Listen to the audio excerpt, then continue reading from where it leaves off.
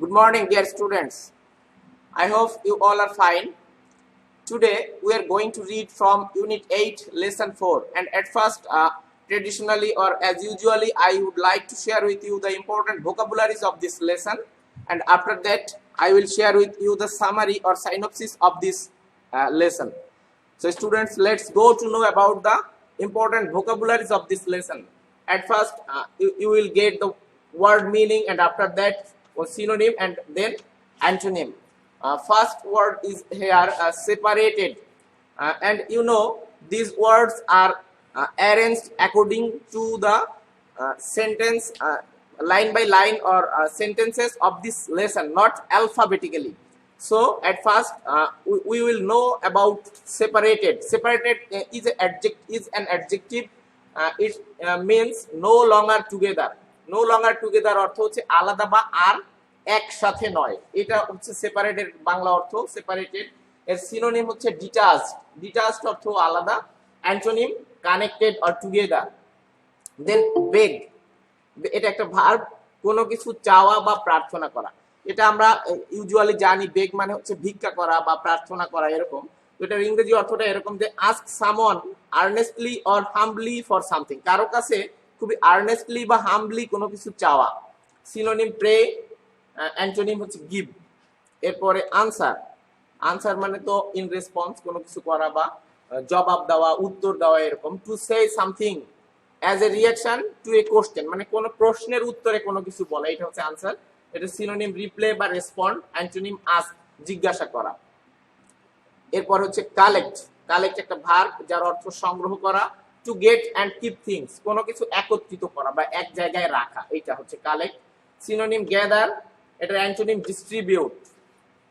দেন trash, এটা একটা noun যার অর্থ হচ্ছে আবর্জনা। Waste material or things that are no longer wanted or needed, মানে যে জিনিসগুলো আর প্রয়োজন নাই, এরকম যে জিনিস, মানে যেটাকে আমরা আবর্জনা বা ট্রাশ বলে থাকি। এটার সিনোনিম হচ্ছে রাবিশ বা ওয়েস্ট, অ্যান্টোনিম নেসেসিটিস। এরপরে হচ্ছে ভেন্ডার। ভেন্ডার মানে হচ্ছে বিক্রেতা বা seller. A company or person that sells a particular product, মানে কোনো ব্যক্তি বা কোনো কোম্পানি যা কি করে, কোনো নির্দিষ্ট জিনিস বা প্রোডাক্ট বা পণ্য বিক্রয় করে থাকে। এটার synonym seller, antonym customer. Serious, এটা একটা অ্যাডজেক্টিভ যার অর্থ হচ্ছে গুরুতর। সিভিয়ার ইন ইফেক্ট, মানে যার রেজাল্টটা খুবই তীব্র, এটাই হচ্ছে সিরিয়াস। এটার সিনোনিম সিভিয়ার, অ্যান্টোনিম হচ্ছে মাইনর বলতে পারে, এটা মাইনর। এরপরে আছে ইনফেকশন। ইনফেকশন এটা একটা নাউন যার অর্থ সংক্রমণ। A disease in a part of the body that is caused by bacteria or virus, মানে শরীরের কোনো একটা অংশের একটা রোগ যেটা ব্যাকটেরিয়া বা ভাইরাস দ্বারা সংক্রমিত হয়, বা ব্যাকটেরিয়া বা ভাইরাস এই কাজটা করে থাকে, ব্যাকটেরিয়া বা ভাইরাসের ফলে হয়ে থাকে শরীরের কোনো একটা অংশে যে কোনো ধরনের ডিজিজ। ইনফেস্টেশন এটার সিনোনিম। এরপরে হচ্ছে ওনার। ওনার মানে মালিক। সামওয়ান হু ওনস সামথিং, মানে যার কোনো কিছু রয়েছে, যে হোল্ডার বা মাস্টার। এটার অ্যান্টোনিম টিনান্ট আর রেন্টার। এরপরে আছে পেইনফুল। এটা একটা অ্যাডজেক্টিভ যার অর্থ হচ্ছে বেদনাদায়ক। ওয়াজিং ইমোশনাল অর ফিজিক্যাল পেইন, মানে আবেগিক বা শারীরিক, মানে মানসিক বা শারীরিক কোনো একটা যন্ত্রণা যেটা, এটা পেইনফুল বা বেদনাদায়ক। এটার সিনোনিম অফুল বা অ্যাগোনাইজিং, অ্যান্টোনিম প্লিজেন্ট বা ওয়ান্ডারফুল। এরপরে রয়েছে অফার। এটা একটা ভার্ব যার অর্থ হচ্ছে প্রস্তাব করা। To ask someone if they would like to have something. To ask someone if they would like to have something, মানে কোনো কাউকে কোনো কিছু জিজ্ঞাসা করা যে তার আরো কিছু লাগবে কিনা, এরকম, মানে কোনো কিছু অফার করা, তার প্রয়োজন আছে কিনা। এটা সিনোনিম গিভ বা প্রোভাইড, অ্যান্টোনিম ডিনাই বা রিফিউজ। লাকি, এটা একটা অ্যাডজেক্টিভ যার বাংলা অর্থ হচ্ছে ভাগ্যবান। Having good things happen to a person by chance. Having good things happen by to a person by chance, মানে সৌভাগ্যক্রমে কারো কোনো কিছু ভালো কিছু ঘটে যাওয়া কারোর সাথে, যেটাকে লাকি বলা হয়। এটার সিনোনিম হচ্ছে ফরচুনেট, অ্যান্টোনিম আনলাকি। সর্ব, এক জাতের জিনিসকে অন্য জাতের জিনিস থেকে বেছে আলাদা করা, মানে এক ধরনের জিনিসের মধ্য থেকে আরেক ধরনের জিনিস, একসাথে মিলানো আছে কয়েকটা বিষয় বা জিনিস, এখান থেকে এক ধরনের জিনিস আলাদা করে নিয়ে যাবে, একই প্রজাতির জিনিস আলাদা করে নেওয়া। যেমন to separate things of one type from others. To separate things of one type from others, এটার সিনোনিম হচ্ছে অ্যালোকেট, অ্যান্টোনিম মিক্স। এরপরে হচ্ছে রাবিশ।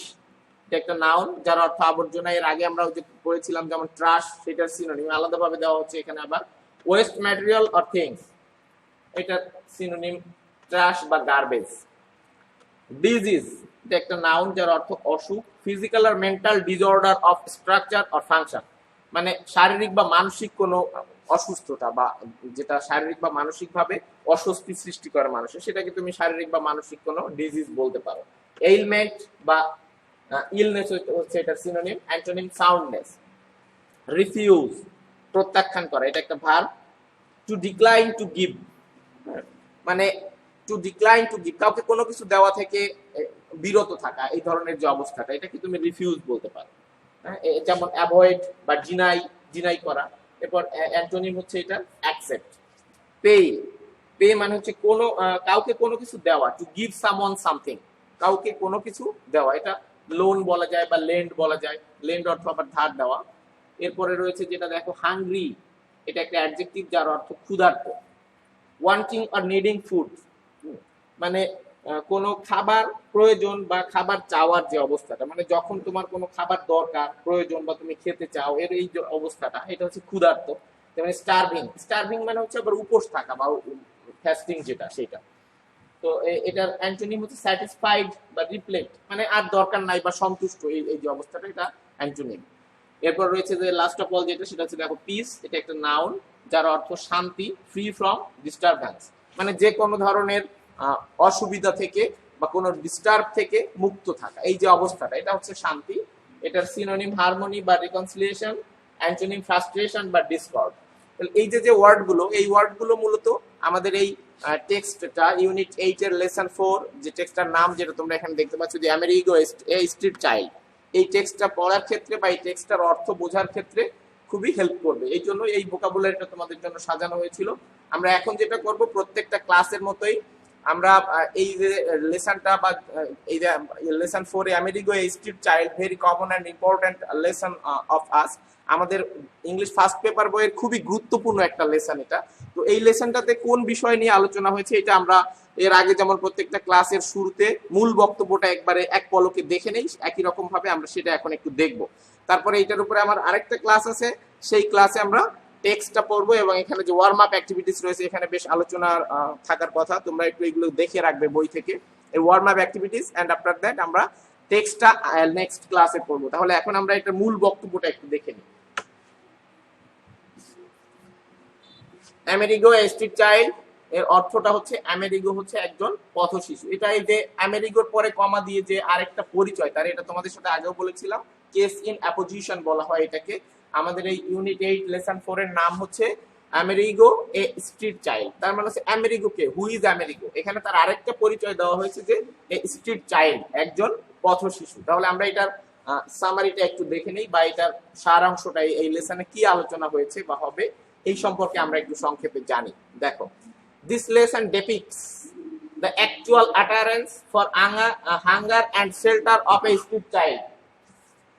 This lesson depicts মানে হচ্ছে চিত্রায়িত করা বা চিত্রিত করা, মানে এই লেসনটাতে এমন একটা চিত্রায়ন করা হয়েছে কিসের, the actual utterance for hunger and shelter of a street child, Amerigo. Amerigo নামের একজন পথ শিশুর যে তীব্র যে ক্ষুধা এবং আশ্রয়ের যে অভাব, বা তার মাধ্যমে মূলত এই আমেরিগো একটা পথ শিশু, তার মাধ্যমে এই লেসনটাতে আমরা সমস্ত স্ট্রিট চাইল্ড বা পথ শিশুদের যে অবস্থা, বা তারা যে ক্ষুধায় ভোগে, তারা যে আশ্রয়হীন, এই সমস্ত বিষয়গুলো ফুটে উঠেছে। এবং এখানে স্পেশালি এই লেসনটার মধ্যে আমেরিগো হচ্ছে এই লেসনের স্পিকার, বা আমেরিগো যে কথাগুলো এখানে বলা হচ্ছে, এটা একজন পথ শিশু হিসেবে আমেরিগো এটা রিপ্রেজেন্ট করছে। হ্যাঁ, Amerigo is the representative of all street childs, এরকম একটা বিষয়। তাহলে এখানে এই আমেরিগো নামের পথ শিশুটার যে তীব্র ক্ষুধা এবং আশ্রয়হীনতা, এই অবস্থাটা এখানে চিত্রিত করা হয়েছে বা চিত্রায়ন করা হয়েছে এই লেসনটিতে। He is only 13 and abandoned by his parents. Abandoned মানে হচ্ছে পরিত্যক্ত বলা যায়, মানে হি ইজ অনলি 13, মাত্র 13 বছরের সেই ছেলেটা, এবং সে তার প্যারেন্টস মানে তো তোমরা জানো, পিতামাতা কর্তৃক পরিত্যক্ত। অ্যাবান্ডন মানে তার বাবা মা কারো সাথেই সে থাকে না, বা বাবা মা কেউ তাকে ওইভাবে কেয়ার করে না বা দেখাশোনা করে না। হিজ প্যারেন্টস আর সেপারেটেড, তার মা বাবা হচ্ছে আলাদা, and he is the scapegoat of their separation. এই স্কেপগোট মানে হচ্ছে ভুক্তভোগী, এটা আরেকটা বাংলা অর্থ আছে যেটাকে বলা হয় বলির পাঠা। হ্যাঁ, মানে কেউ যদি কোনো সিচুয়েশনের শিকার হয়ে যায়, মানে সে ওইটার সাথে মোটেই জড়িত না বা সে কোনো অপরাধ করে নাই, কিন্তু কোনো অবস্থার পরিপ্রেক্ষিতে সে শাস্তি পেয়ে গেল, এটাকে বলা হয় মূলত স্কেপগোট বা ভুক্তভোগী বা বলির পাঠা বলা হয় এই অবস্থাটাকে। তাহলে তার বাবা মা, his parents are separated and he is the scapegoat of their separation. তাদের যে এই যে বিচ্ছিন্নতা, তাদের যে মা বাবা আলাদা হয়ে গেল বা পৃথক হয়ে গেল, এইটার ভুক্তভোগী হচ্ছে সে, আমেরিকা। তারপরে কি হলো তার দেখো, the boy wants to go to his father, মানে এই ছেলেটা সে তার বাবার কাছে যেতে চায়, for shelter but sees no rays of hope. হ্যাঁ, the boy wants to go to his father for shelter but sees no rays of hope. কিন্তু সে কোনো এটার আলোর মুখ দেখে না, মানে তার সে যে একটা আশা করে সে তার বাবার কাছে যাবে, বাবার কাছে যে থাকবে, সেখানে বাবার কাছে সে আশ্রয় পাবে, কিন্তু এই আশাটায় সে কোনো আলোর মুখ দেখে না, এটা তার এই আশাটা সফল হয় না। So he makes the streets his home. তাই সে কি করে, he makes the streets his home, সে রাস্তায় রাস্তায় থাকে বা রাস্তাকেই তার ঘর বাড়ি বানায় বা তার আশ্রয় বানায়। টু সার্ভাইভ, সার্ভাইভ মানে হচ্ছে কোন রকমের টিকে থাকা, জীবন যাপন করা বা বেঁচে থাকা কোন রকমে, মানে এই বেঁচে থাকার জন্য, এটা একটা ইনফিনিটিভ এখানে শুরুতেই রয়েছে। দেখো এটা মূলত ইনফিনিটিভটা কি করে, এটা উদ্দেশ্য অর্থে ব্যবহৃত হয়। তাহলে এখানে বলছে যে টু সার্ভাইভ মানে টিকে থাকার জন্য, he attempts at dangerous work like collecting trash and selling those. এখানে বলছে যে টিকে থাকার জন্য বা বেঁচে থাকার জন্য, he attempts at dangerous work, মানে সে চেষ্টা করে, at dangerous work like collecting trash, মানে আবর্জনা বা ময়লা আবর্জনা সংগ্রহ করার মতো ঝুঁকিপূর্ণ কাজ সে করে। কেন করে? টু সার্ভাইভ, বেঁচে থাকার জন্য, অ্যান্ড সেলিং দোজ, এবং ওগুলো সে বিক্রি করে। আসলে ময়লা আবর্জনা বা যে কোনো ট্রাশ কালেক্ট করা, এগুলো আবার বিক্রি করা, এই সমস্ত গার্বেজে বা ওই যে তোমার ডাস্টবিনে ঘুরে ঘুরে এগুলো কালেক্ট করতে হয়, এটা আসলে খুবই বাচ্চাদের জন্য বা 13 বছরের মতো একটা ছেলের জন্য এটা খুবই ঝুঁকিপূর্ণ একটা কাজ। তো এই কাজটা আমেরিগো করে কেন? বেঁচে থাকার উদ্দেশ্যে। এরপরে দেখো, it is very harmful to health specially for a child like him. এটা এই কাজটা, ইট ইজ দ্যাট মিনস ওই কালেক্টিং ট্রাশ, এটা সিনোনিম প্রোনাউন এটা। It is very harmful to health specially for a child like him, তার মতো বয়সের একটা ছেলের জন্য এই কাজটা, এই যে ইট ইজ বলতে collecting trash is very harmful to health specially for a child like him, তার মতো শিশুর জন্য এই কাজটা খুবই ক্ষতিকর। হার্মফুল মানে হচ্ছে ক্ষতিকর। The bitter reality of a street child is voiced throughout the passage. এই প্যাসেজটার মাধ্যমে, voiced মানে এখানে বলা হয়েছে, the bitter reality খুবই তিক্ত একটা বাস্তবতা, of a street child মানে একজন পথ শিশুর যে তিক্ত বাস্তবতা বা একদম যে সত্য ঘটনা তার জীবনের, এই অবস্থাটা বা এই বাস্তব চিত্রটা throughout the passage, এই প্যাসেজের মাধ্যমে এখানে তুলে ধরা হয়েছে।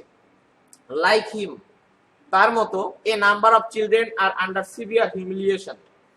লাইক হিম, তার মতো, a number of children are under severe humiliation. Humiliation মানে হচ্ছে অমানবিকতা, অমানবিকতা বলতে পারো এটা। মানে তার মতো এই ধরনের, এই আমেরিকার মতো এই ধরনের আরো অনেক শিশুরাই খুবই তীব্র অমানবিকতার মধ্যে রয়েছে। এই তাদের যে হিউম্যান রাইটস সেটা তারা পাচ্ছে না। হ্যাঁ, তাদের যে জীবনযাপনের জন্য স্বাভাবিক যে অধিকারগুলো তাদের ভোগ করার কথা এজ এ চাইল্ড, এটা তারা ভোগ করতে পারছে না। আমেরিকার মতন এরকম আরো অনেক শিশুরা রয়েছে বা অনেক ছেলে মেয়েরা রয়েছে। Some of the friends of Amerigo are also doing heavy jobs to maintain livelihood. বলছে যে some of the friends of Amerigo, আমেরিকার আরো কয়েকজন বন্ধুরা, আর অলসো ডুইং, তারাও এই করছে, কি করছে? হেভি জবস, এই ধরনের ভারী কাজগুলো বা যে কাজগুলো তাদের বয়স হিসেবে মোটেই শুট করে না তাদের সাথে, এই ধরনের কাজগুলো আমেরিকার আরো কিছু বন্ধুরা এই কাজগুলো করছে। টু মেইনটেইন লিভলিহুড, এটাও একটা ইনফিনিটিভ। দেখো কিসের জন্য? তাদের যে জীবিকা নির্বাহের জন্য, মানে বেঁচে থাকার জন্য, or to survive or to maintain their livelihood, আমেরিকার বন্ধুরাও এই ধরনের ঝুঁকিপূর্ণ কাজের সাথে জড়িত বা কাজগুলো করছে। দেখ এরপরে কি বলছে, বাট ইন রিটার্ন, কিন্তু এটার প্রেক্ষিতে, they get such a little amount of money which is not even sufficient to buy food। কিন্তু এইটার প্রেক্ষিতে বা এটার বিপরীতে, এই যে ঝুঁকিপূর্ণ কাজগুলো তারা করছে, they get such a little amount of money, তারা এমন কম সংখ্যক টাকা পয়সা পাচ্ছে, এটার বিপরীতে, এই ঝুঁকিপূর্ণ কাজগুলো করার পরিবর্তে তারা এমন সামান্য অর্থ পাচ্ছে বা টাকা পয়সা পাচ্ছে, which is not even sufficient, যেটা মোটেই পর্যাপ্ত নয়। কিসের জন্য? টু বাই ফুড, তাদের যে খাবার কিনে খাবে, সেই খাবার কেনার জন্য যে পয়সাগুলো বা অর্থগুলো মোটেই পর্যাপ্ত নয়। It is very difficult for them to survive in such a hostile world. Hostile world বলতে এই নিষ্ঠুর পৃথিবীর কথা বলা হচ্ছে এখানে, যেহেতু এখানে মানবাধিকার লঙ্ঘিত হয়েছে। তাদের এই বয়সে যে সব সুযোগ সুবিধা ভোগ করার কথা, এটা তারা পাচ্ছে না। এই জন্য বলা হচ্ছে যে it is very difficult for them, তাদের জন্য এটা খুবই কঠিন, to survive in such a hostile world, এরকম নিষ্ঠুর পৃথিবীতে তাদের যে টিকে থাকা বা বেঁচে থাকা বা জীবন যাপন করা, এটা খুবই কঠিন হয়ে যাচ্ছে তাদের জন্য। হি অলসো ডিসক্রাইবস দ্যাট, মানে এখানে আমেরিগো বলছে, কি বলছে দেখো, one of his friends also died while working in a pile of trash, মানে তার একজন বন্ধু, ওয়ান অফ হিজ ফ্রেন্ডস, তার অনেকগুলো যে বন্ধুরা এই কাজ করে থাকে, তার মধ্যে একজন এরকম ময়লা আবর্জনার একটা স্তূপের মধ্যে এই কাজ করার সময় সে মারা গেছিল।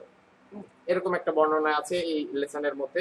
এরপর দেখো, this is not a dissent scenario for the modern civilization, modern মানে আধুনিক সভ্যতার জন্য, সিনারিও মানে তুমি এখানে দৃশ্যপট বা দৃশ্য এটা বলতে পারো, মানে this is not a decent, decent মানে তো মানে খুবই সুন্দর, স্মুথ, অনেক বিউটিফুল একটা বিষয় যেটা, তাহলে এইটা মোটেই কোনো ডিসেন্ট সিনারিও নয়, মানে এটা কোনো সুন্দর দৃশ্য নয় ফর দ্য মডার্ন সিভিলাইজেশন, মানে আমাদের এই যে এটাকে আমরা বলে থাকি আল্ট্রা মডার্ন আর ডিজিটাল, আর এই যে সিভিলাইজেশন বলে আমরা যে চিল্লাই, আমাদের এই বর্তমান সময়টা খুবই সভ্যতার সময়, এই সভ্যতার সময়ে এই দৃশ্যটা, এই যে তার একজন বন্ধু ময়লার স্তূপে মরে পড়ে আছে এই কাজ করার সময়, এটা মোটেই কোনো সুন্দর দৃশ্য নয়।